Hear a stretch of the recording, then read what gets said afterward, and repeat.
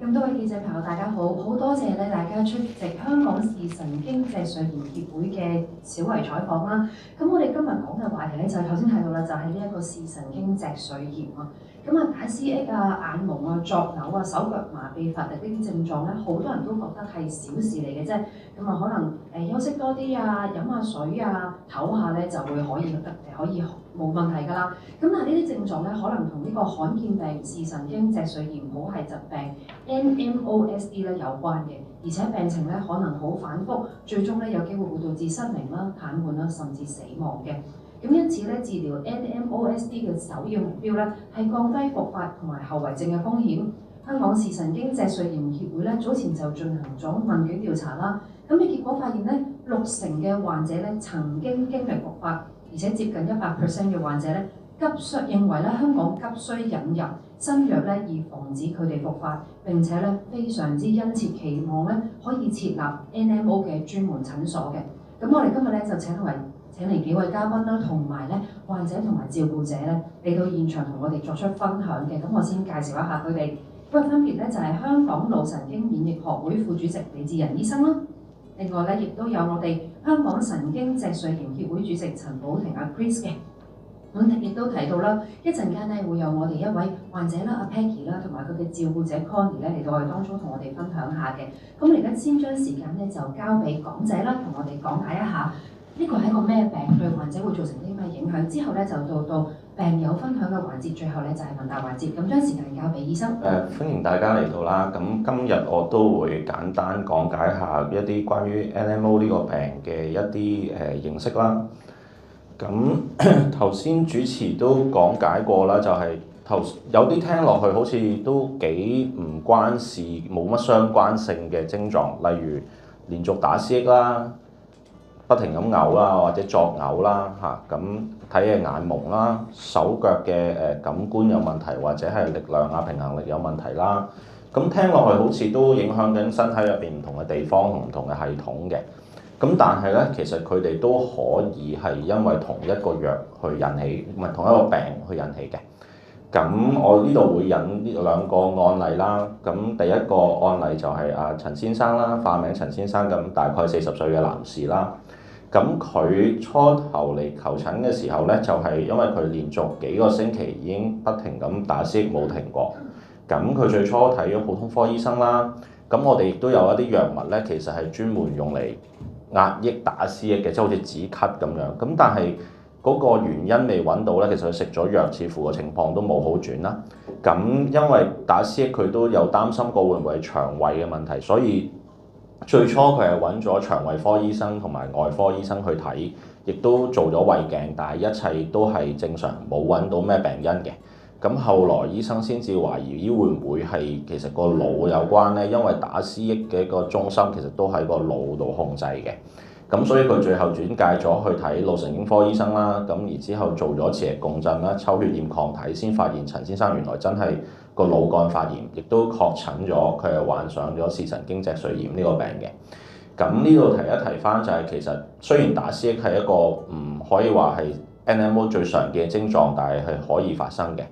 咁如果有陣時，即係尤其是持續嘅情況咧，就應該去揾相關嘅醫生去求診啦。咁第二個個案咧，其實就係比較常見嘅 NMO 嘅病徵，但係咧就係一個嚴重嘅案例嚟嘅。咁黃小姐啦，大概40零歲嘅女士啦，咁佢第一次發病嘅時候咧，已經係一對眼同一時間發炎嘅，導致佢一個嚴重嘅視力受損啦，有少少痛嘅眼朦啦。咁因為呢個症狀咁明顯，佢係即刻去咗急症室收入院去醫嘅。咁即刻診斷咗係視神經發炎之後咧，其實已經接受咗急性治療。咁包括咗高劑量類固醇啦，我哋俗稱洗血嘅血漿置換治療啦。咁雖然佢嘅視力穩定咗落嚟，但係依然係回復唔到本身正常嘅一半嘅。咁喺當時咧，因為佢咁嚴重咧，其實已經即時開咗一啲預防呢個視神經發炎復發嘅藥物俾佢㗎啦。咁但係不幸地咧，因為呢啲藥物好多時都會需要一啲時間先開始見效啦。咁佢喺半年之內咧已經出現咗唔同復發㗎啦，包括咗佢嘅視神經試過再發炎啦。咁然之後佢嘅復發亦都包括咗脊髓發炎同埋腦幹發炎，咁所以導致佢係直情係行動不便啦，對腳喐得唔好啦，有大小便困難等等嘅症狀啦。咁因為佢嘅病情都比較嚴重啊，我哋知道，咁所以都已經即刻加入咗一啲生物製劑嘅藥物去控制個病情啦。咁但係即使啱開始咗個藥，但係經歷咗2次復發之後咧，其實佢已經係失明啦，係徹底地睇唔到嘢，亦都係行唔到啦，要用輪椅代步嘅。咁即使加入咗生物製劑之後咧，喺1年之後佢依然係有再一次復發。咁今次係因為影響到個腦幹啦，咁所以佢有吞嚥困難嘅情況，咁所以引起咗一個吸入性肺炎啦。而因為呢個併發症咧，咁黃小姐就不幸離世嘅。咁我會話呢個病情咧，其實係當然係嚴重啦，導致有生命危險。咁其實但係亦都係典型嘅。亦都係典型嘅，因為呢個高復發性啦，同埋每一次嗰個後遺症嚴重，其實係典型嘅喺呢個病裏邊。咁所以提一提翻啦，就係其實每一個患者嘅病發嘅病徵啦、嚴重程度啦、發病速度等等咧，其實都係唔同，同埋係好難估計嘅。咁經歷咗唔同嘅復發之後咧，其實好多病人都會有唔同程度嘅殘障啦，即係講緊係視力受損啊，或者係行動不便啊。又或者甚至係有併發症，或者就算係個病自己，其實都可以導致死亡嘅。咁所以嗰個預防復發嘅治療先至咁緊要咯。咁第二部分我會簡單介紹下呢個病啦。咁其實好多時我哋就咁簡稱 NMO 啦。但係如果用一個確實啲嘅醫學名詞，佢全名應該叫做視神經脊髓炎譜系病。咁英文簡稱就 NMOSD 嘅。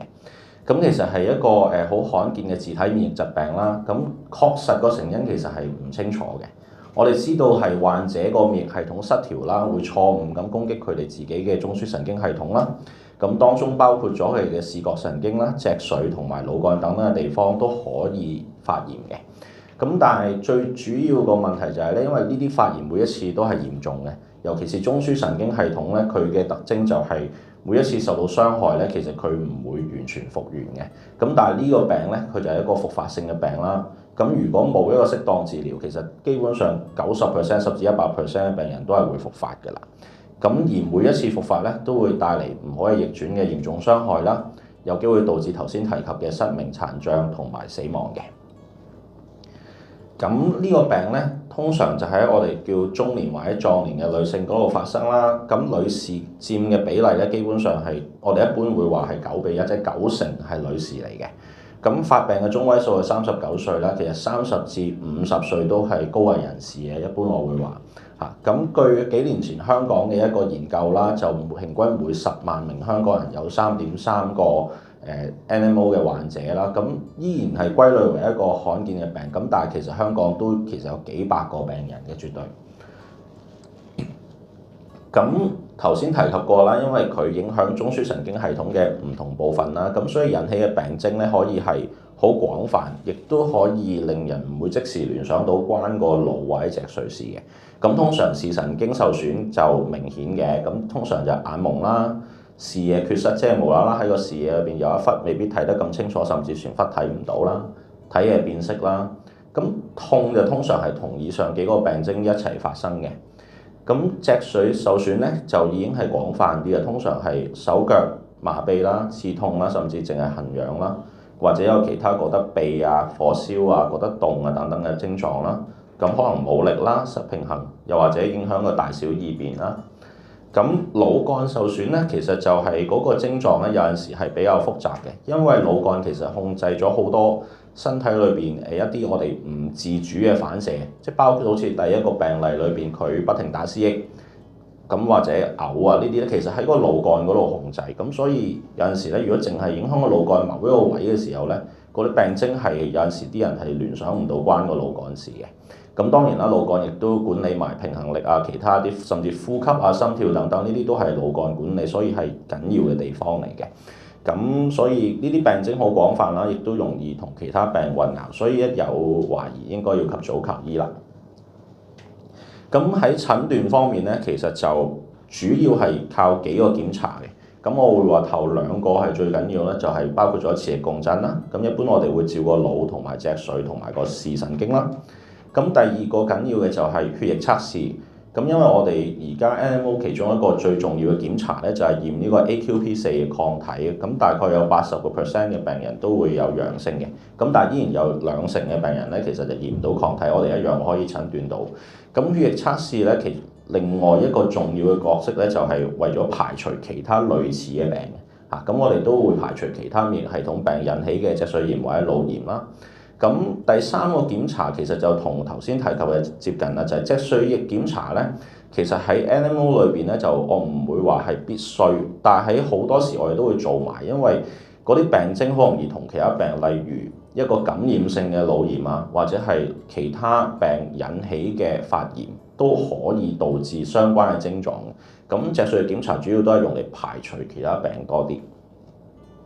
咁呢度好簡單介紹少少 NMO 嘅病理啦。咁頭先提及過 AQP4 抗體咧，其實就應該話 AQP4 其實呢個蛋白咧喺身體入邊唔同嘅地方都有嘅。咁但係喺腦入邊咧，其實係特別多嘅。咁因為我哋身體入邊腦入邊其中一種細胞叫做星形膠質細胞啦，咁佢都係喺個腦入邊嘅平衡裏邊係有一個好重要嘅角色嘅。咁佢特別多呢個 AQP4 蛋白，而 AQP4 抗體咧，亦都專門攻擊佢咧，就會引起一個發炎嘅情況啦。咁當中發炎嘅時候咧，其實係會引起一個唔同嘅發炎反應或者因子分泌咗出嚟。咁其中一個咧係今日會提到嘅就係嗰個補體蛋白 C5啦，又或者其他例如啲白介素 IL6啊等等，好多唔同嘅發炎因子，咁就造成一個發炎嘅反應去攻擊個身體啦嚇。咁其實頭先亦都輕輕提及過，就係基本上咧，大部分病人接近100%嘅病人，如果喺一個冇適當治療嘅情況咧，NMO 病人基本上係一定會復發嘅。咁而當中咧，如果喺5年之內復發嘅咧，有研究指出過係94%。咁亦都其實睇翻就咁講，1年裏面復發咧，其實大概都有70%。基本上你一發現要即刻醫嘅係唔可以等嘅呢個情況。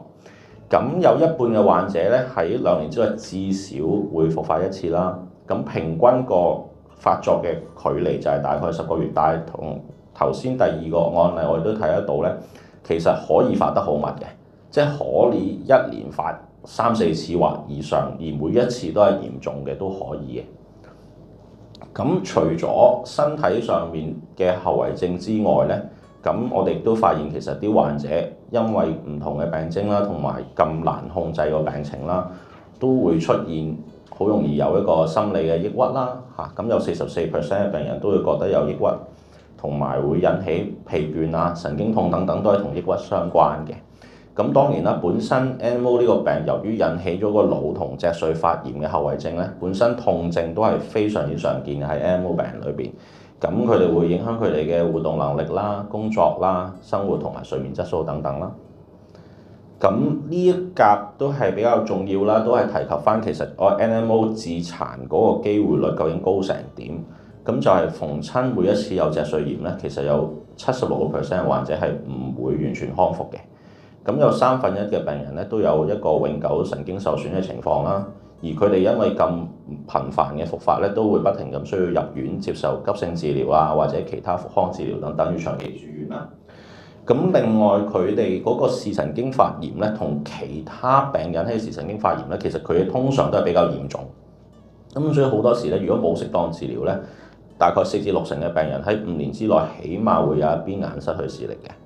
咁同埋有5成嘅病人咧，喺5年之內已經需要行動協助，即係要扶住啊，或者要輪椅，或者要用拐杖等等啦。咁最嚴重嘅情況當然係可以有生命危險啦。咁之後我會最簡單講一講佢其實而家 NMO 嘅治療啦。咁一般我哋都會分2部分啦。咁第一部分就係一個我哋叫急性治療，即係喺病發或者復發嘅時候接受嘅治療咯。咁我目的主要係盡快制止佢發炎啊，因為頭先都提及過佢哋嘅發炎每一次都係好嚴重，而中樞神經系統基本上係唔可以復原嘅。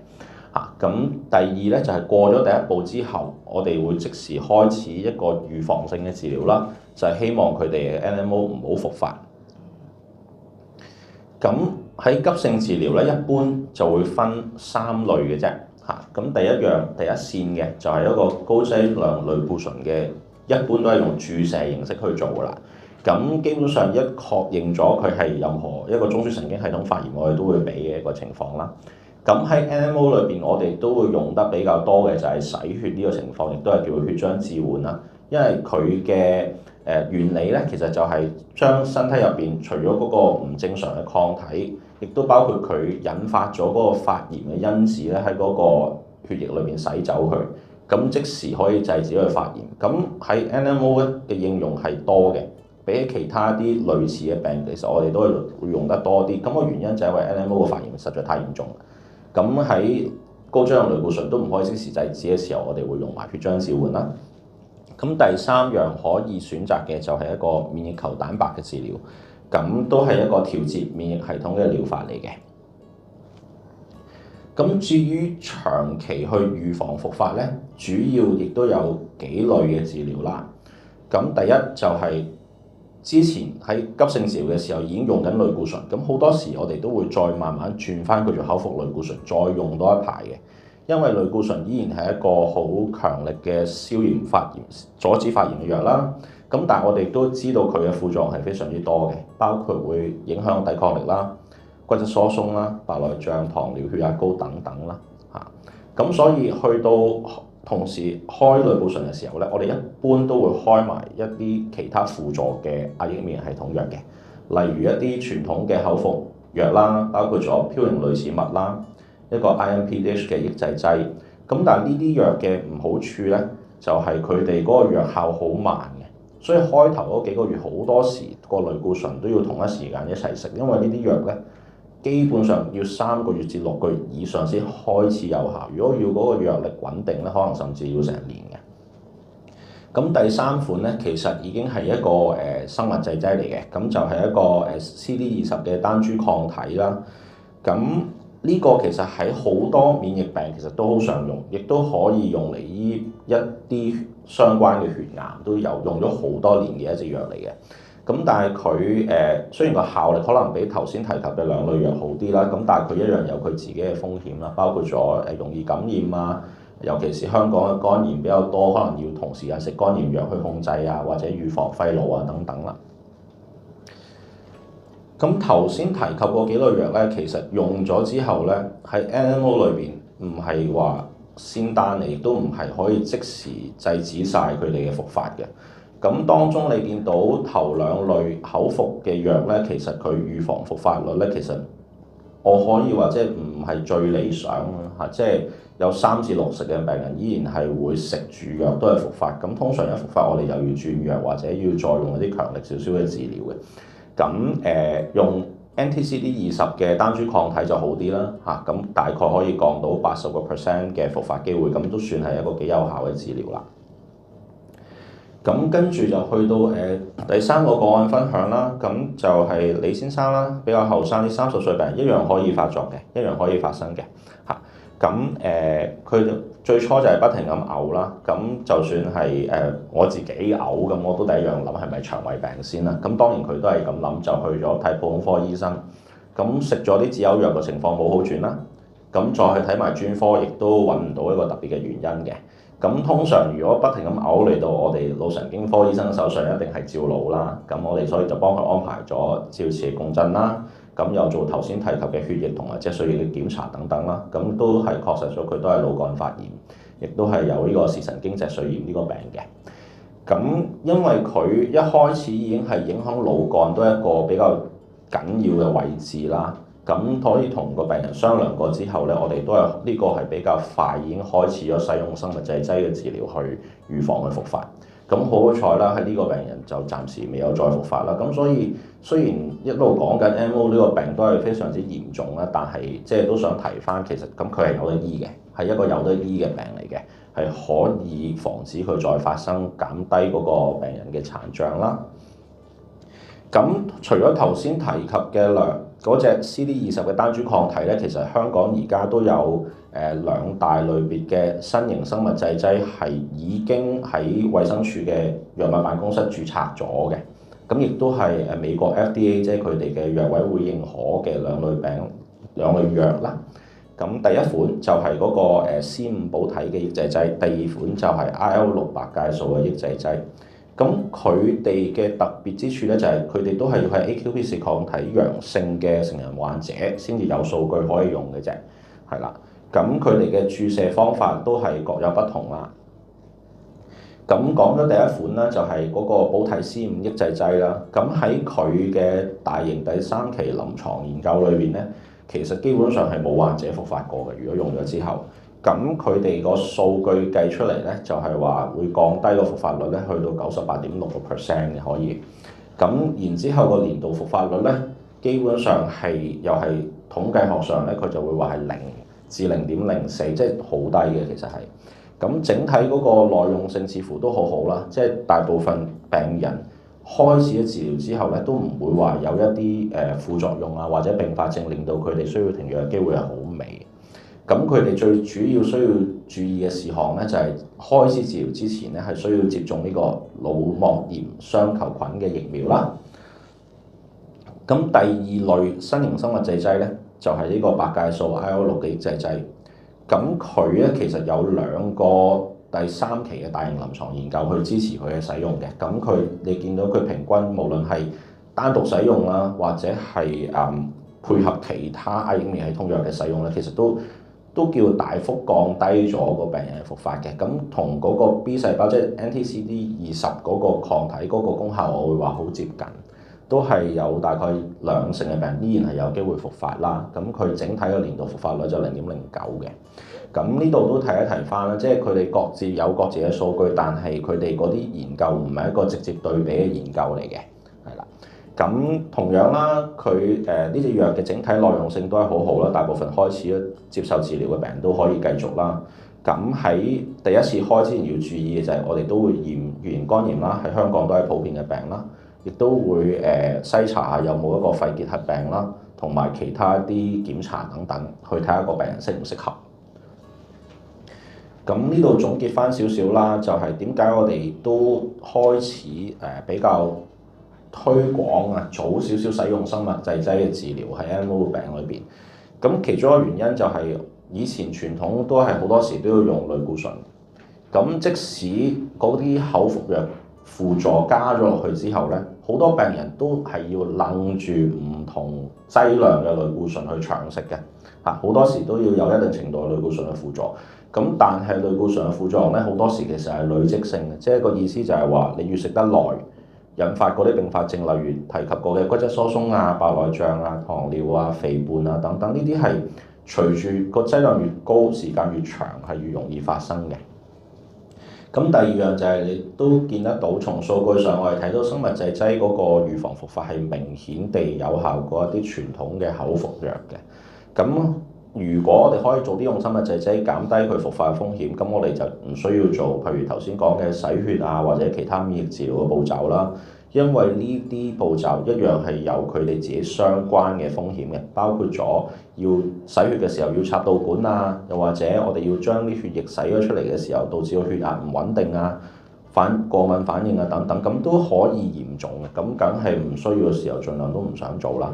咁最緊要嘅一樣嘢，當然就係因為生物製劑本身個效力真係好嘅，咁佢會減低咗佢病人復發嘅風險啦，令到佢哋生活質素提高啦。咁當然從而亦都減低咗佢哋需要入院啊，或者係對成個系統啊、對醫生嘅負擔。咁因為醫生負擔唔係淨係工作嘢，咁我哋都當然唔希望嗰個病人會有復發嘅情況啦。咁下一部分我交俾阿 Chris。